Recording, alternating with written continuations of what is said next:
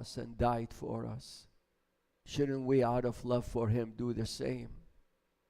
The disciples, out of love for Jesus, gave their lives for him. They're our example. We need to do the same.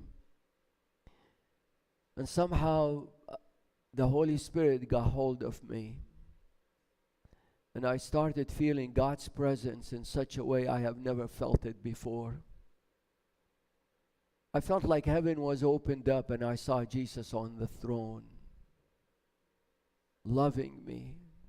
And I started to cry. And at that moment, I decided I will follow Jesus no matter what. When the worship service was over at the Orthodox Church, I said to my mom, "You stay and visit with your friends, and I will see you at home later on." And I left and I started roaming on the streets of Baghdad, filled with fear of what will happen to me if I follow Jesus.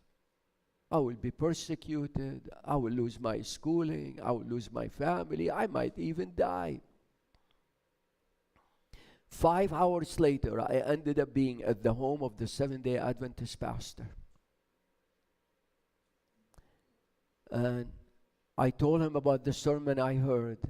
I told him about my fears. He said, "Let me tell you a story." And he told me a story that happened 65 miles from my home in Baghdad. The story of Shadrach, Meshach, and Abednego. How many of you know the story? Well, you know, King Nebuchadnezzar, the most powerful man at that time, built a statue. He said to his subject, "When you hear the music, you bow down and worship me." And everybody did, except for 3 people. They stood out. He said, "Bring them to me." He said to them, "Look, I'm a nice guy. I'm going to give you a second chance. When you hear the music, you bow down and worship me. But if you don't, I'm going to throw you into the furnace of fire, and no one will be able to save you from my hands."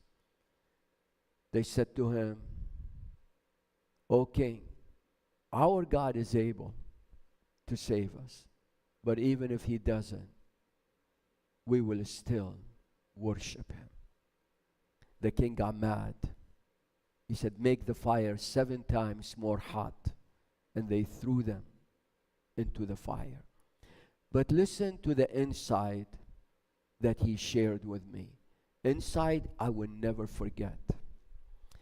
He said those 3 friends prayed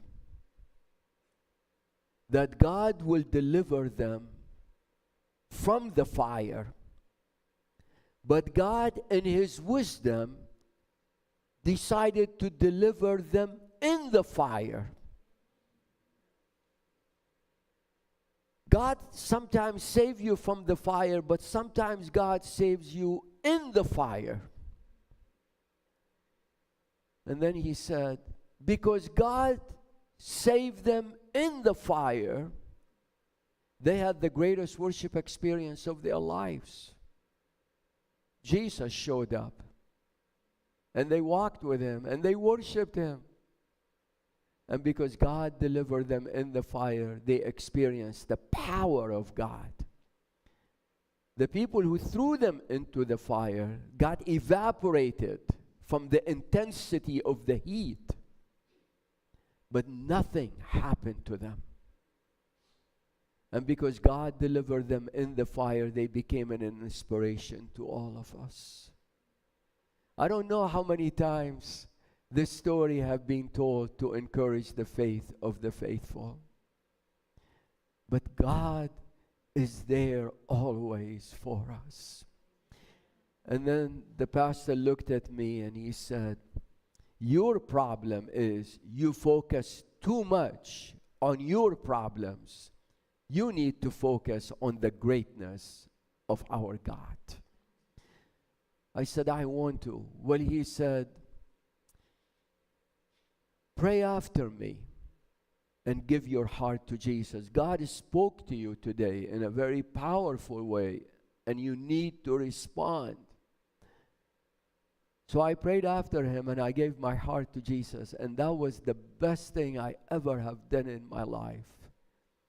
And then he said, well, you need to be baptized. I said, I want to. Well, he said, let's do it next Sabbath. As I was leading, he said, I'm going to get the whole church to pray for you that God will deliver you from the fire, but be prepared to go into the fire. Following Sabbath came. Exam starts at 9 o'clock.